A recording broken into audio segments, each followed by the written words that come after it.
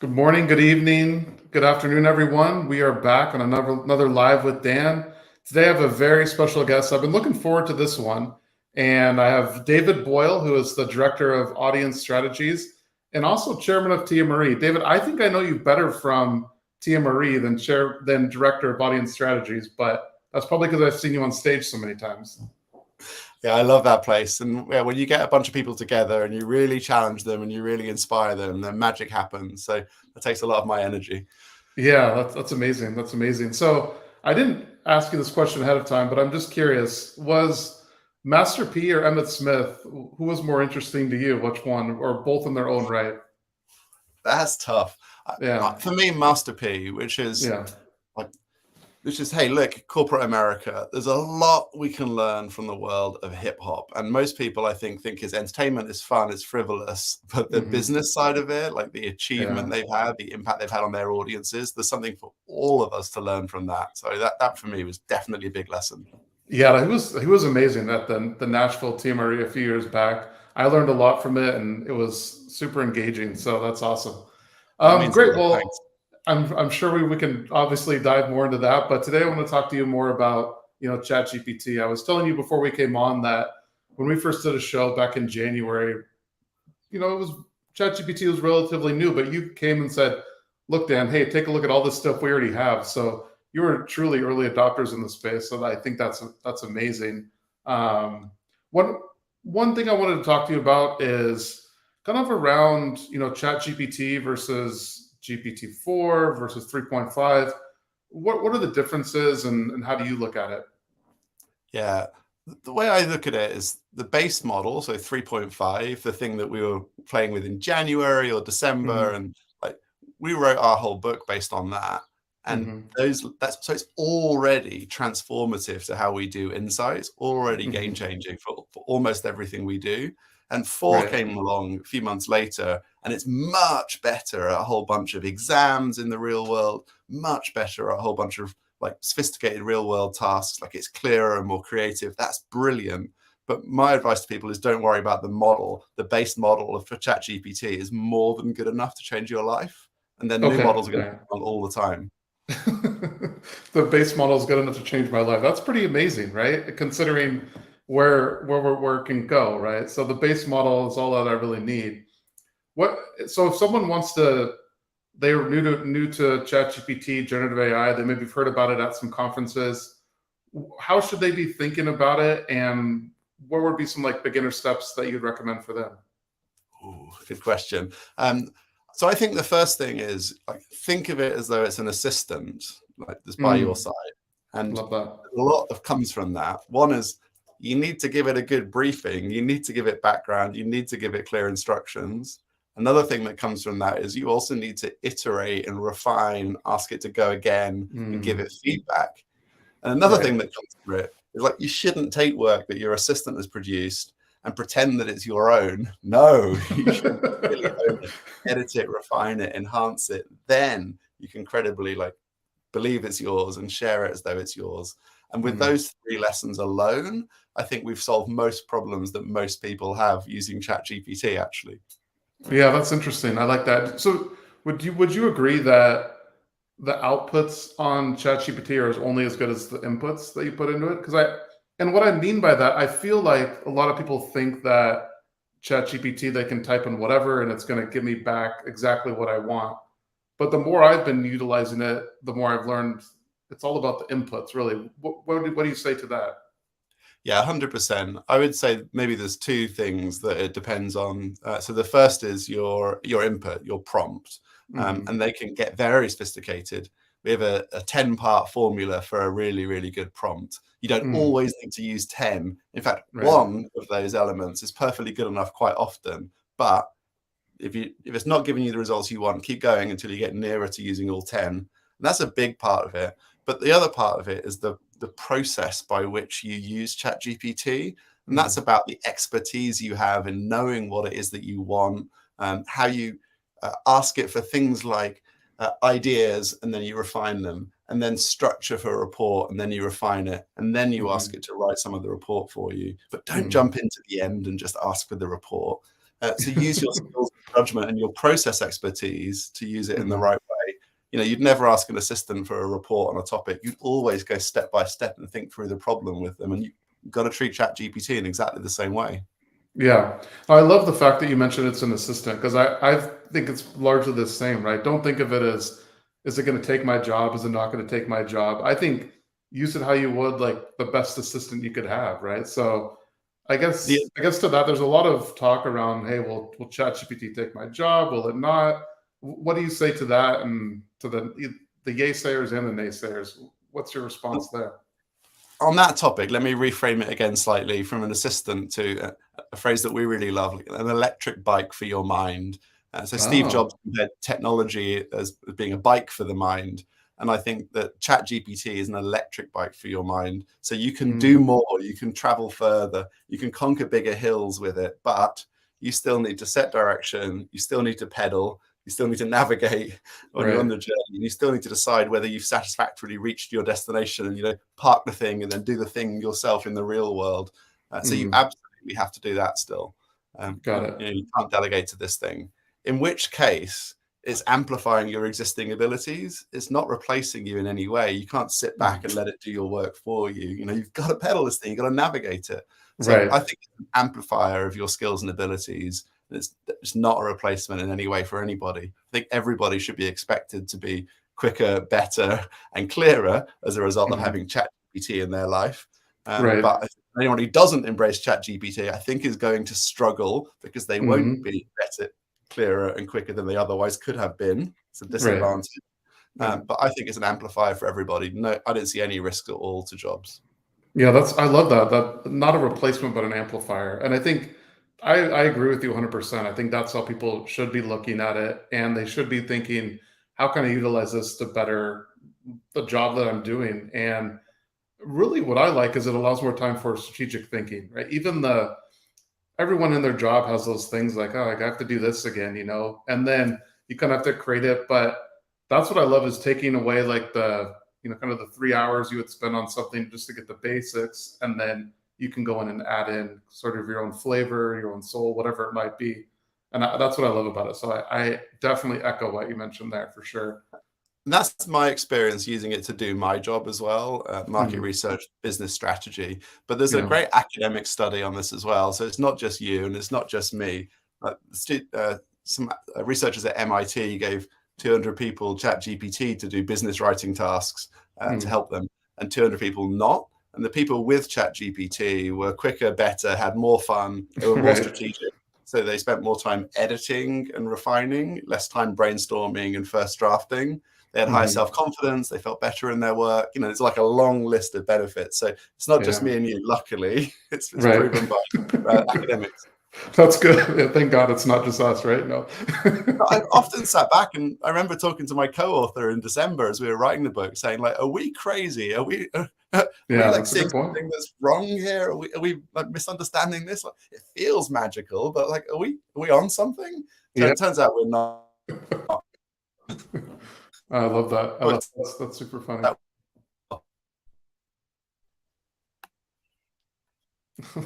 Awesome.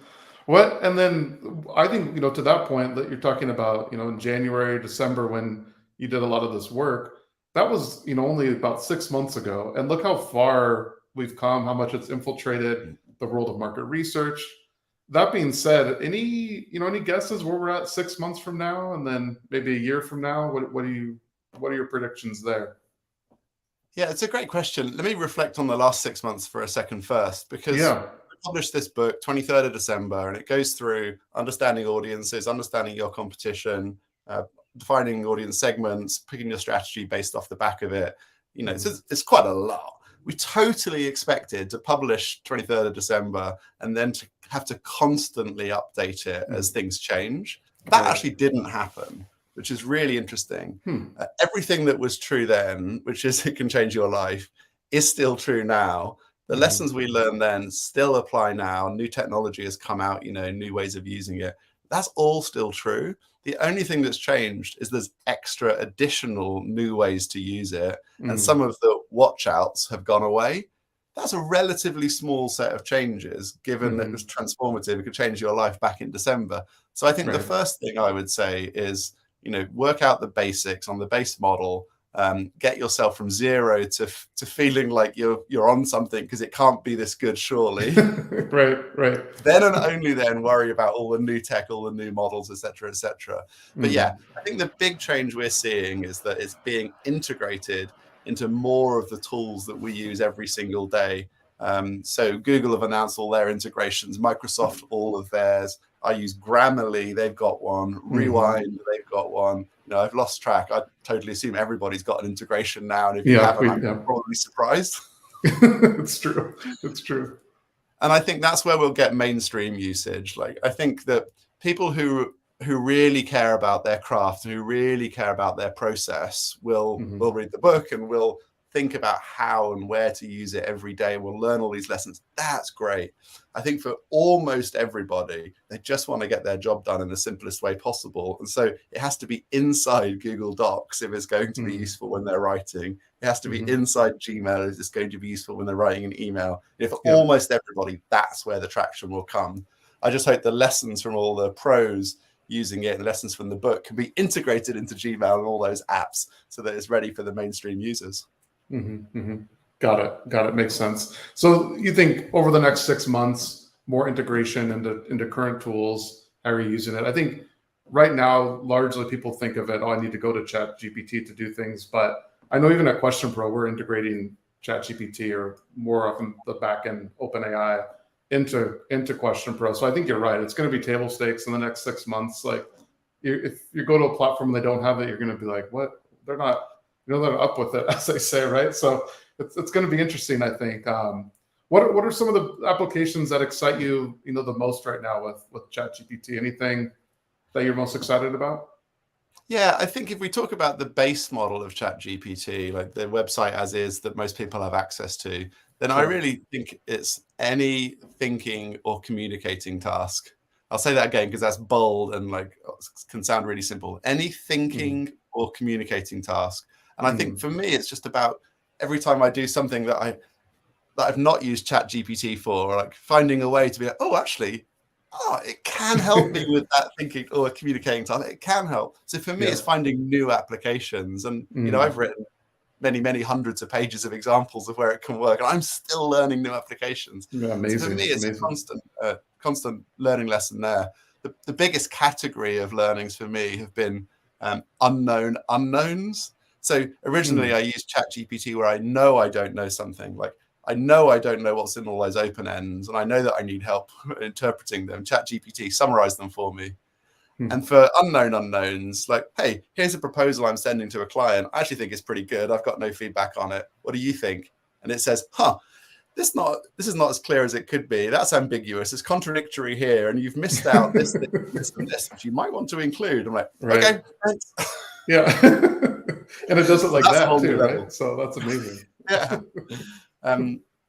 That's the base ChatGPT, and then all these new features and functions are being added, like web browsing, the ability to do real world stuff like book your holiday, and the ability to run code and do analytics for you, things like that. They're all brand new and all very exciting. We don't know where any of those are going to go.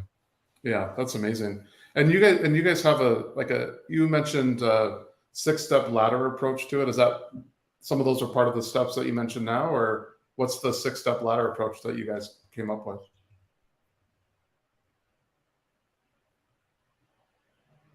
Yeah, I think the principle behind it is that you should start off being silly and having fun, telling jokes, asking very simple questions, and that's great. It's a really fun and good way to get to know the tool. These are steps 1 and 2, a little bit of steps 3 on our ladder.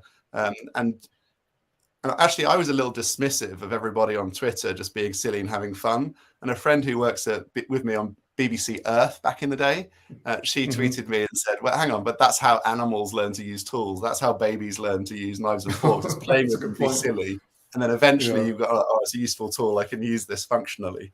So I'm no longer laughing at all the silliness. And you absolutely should embrace the silliness, have fun, but with the goal of climbing the ladder to more and more sophisticated use cases. And I think I've met quite a lot of people who thought that they were already pro users of ChatGPT.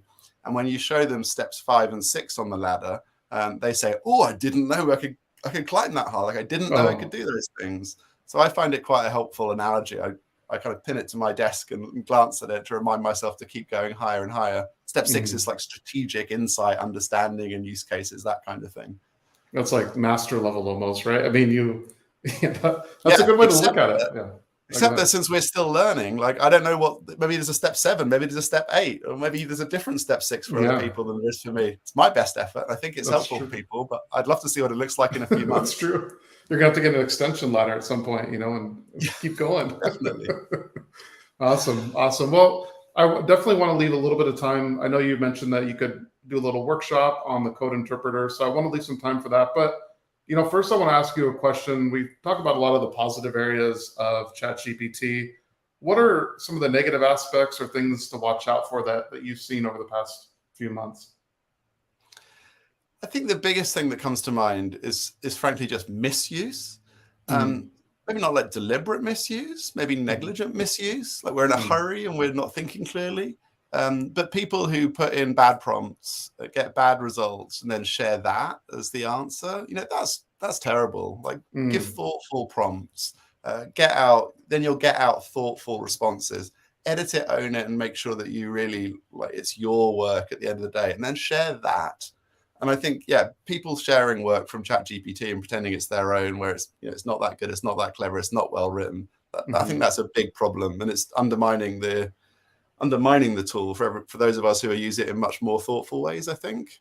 Right. And I think that's a good point because, and it kind of goes back to what we were talking about earlier, it's almost only as good as the prompts that you put into it, right? So if you are trying to be almost dismissive or trying to not have it do what you want it to do in order to put shade towards it almost, right? It's like you're not being truthful into what I think ChatGPT is. And I think I've seen that in some people just trying to dismiss it, right? But to your point, I think that's true. I mean, make sure the prompts are good, and then don't say like, "Hey, this is my original work." Like you wouldn't, like to your point, you wouldn't say like, "Hey, I took my assistant's work and this is my own." You'd always give some credit to it, right? So I think, that makes it 100% sense to me. So.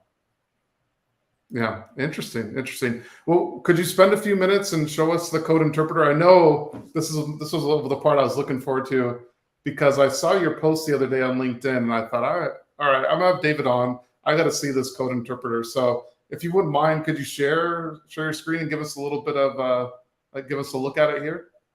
Yeah, let's see if it works, shall we? It's in beta, and so it sometimes works and sometimes doesn't work.